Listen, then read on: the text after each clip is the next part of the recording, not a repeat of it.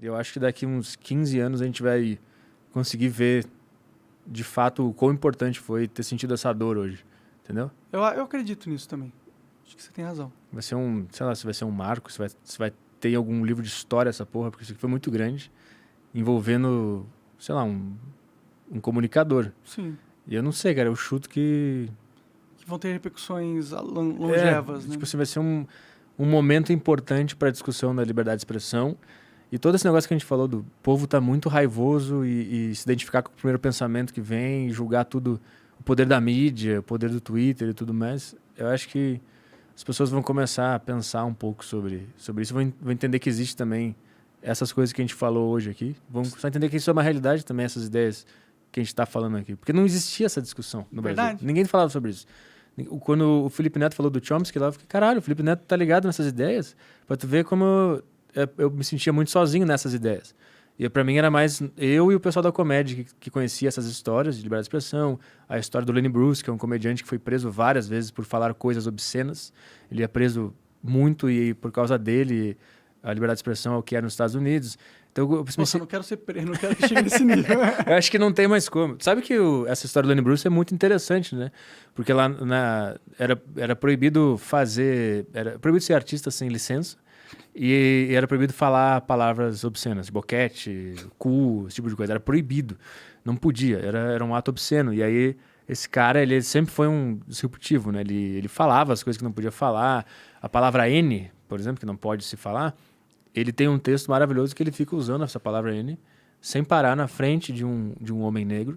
E aí depois ele vai na frente de um italiano e fica falando a palavra pejorativa de italianos na frente dele um tempão. Aí no fim ele usa para todas as etnias que estão lá, ele fala a palavra que não pode. Né? E fica falando, e todo mundo fica, que isso? Aí no final do texto ele fala, estou falando isso para mostrar para vocês que quanto mais eu falo a palavra, menos poder ela tem.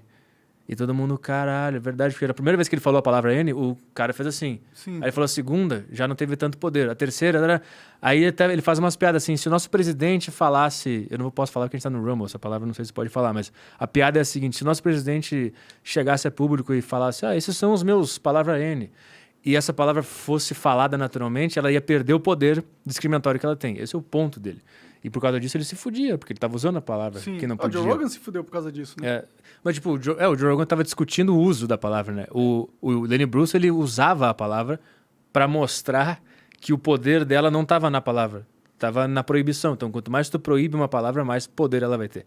Ele falava isso, ele falava as palavras proibidas e tal, e ele ia preso por causa disso. Aí os policiais iam no show e ficavam esperando ele falar a palavra, e assim que ele falava, eles subiam e prendiam o cara.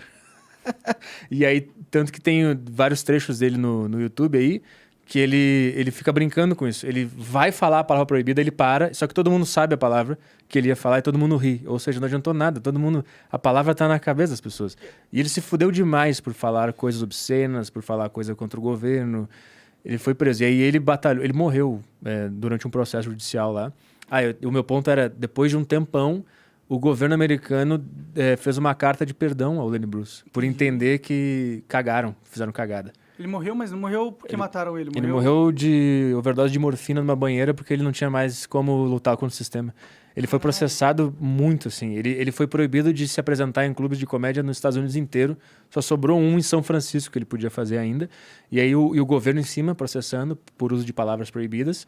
E aí ele não tinha mais dinheiro, nenhum advogado queria pegar o caso dele mais porque era invencível, porque o governo estava muito em cima. E quando ele não tinha mais nada, um cara achou ele na banheira da casa dele morto com morfina. Então, tipo assim, ele morreu por causa da censura, por causa da perseguição do governo. Ele se matou por causa disso. E anos depois o governo americano entendeu que isso foi errado e que fez uma carta de perdão ao Lenny Bruce, né? Tinha que fazer uma carta de desculpa, né? Não de perdão, né? Porque eu acho que é a mesma coisa. Sim. Sim. Entendi. Então, e essa dinâmica continua acontecendo. Só que hoje é o povo que se persegue, não é mais o governo.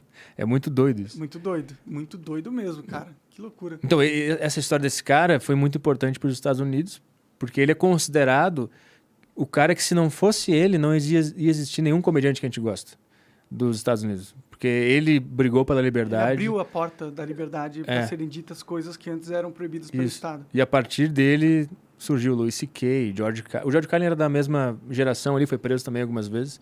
Olha, o cara foi preso por fazer uma piada no palco, cara.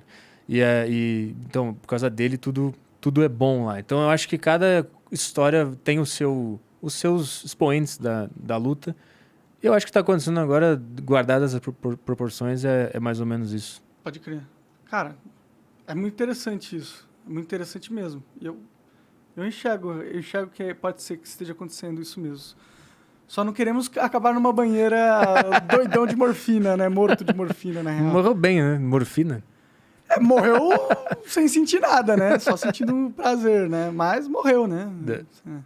Ele era velho? Não, era jovem. Morreu. Acho que foi entre 30 e 40. Ele morreu por essa idade aí. Porra, que depressiva essa história. O cara foi proibido de se apresentar em clubes de comédia. Em vários. Só uma cidadezinha ainda liberou ele de fazer. Ele não conseguia trabalhar, porque ele estava proibido de fazer show. Faz sentido. Não tinha dinheiro. Entendi. Eles e morreu. Estrangularam ele, né? Por causa de censura. Por causa, galera... esta palavra não pode falar. Tu deu poder pro governo acabar com essa palavra. Esse é o ponto. Esse é sempre o ponto. Esperar que essa conversa ajude as pessoas a entenderem um pouco esse ponto, né? Eu espero.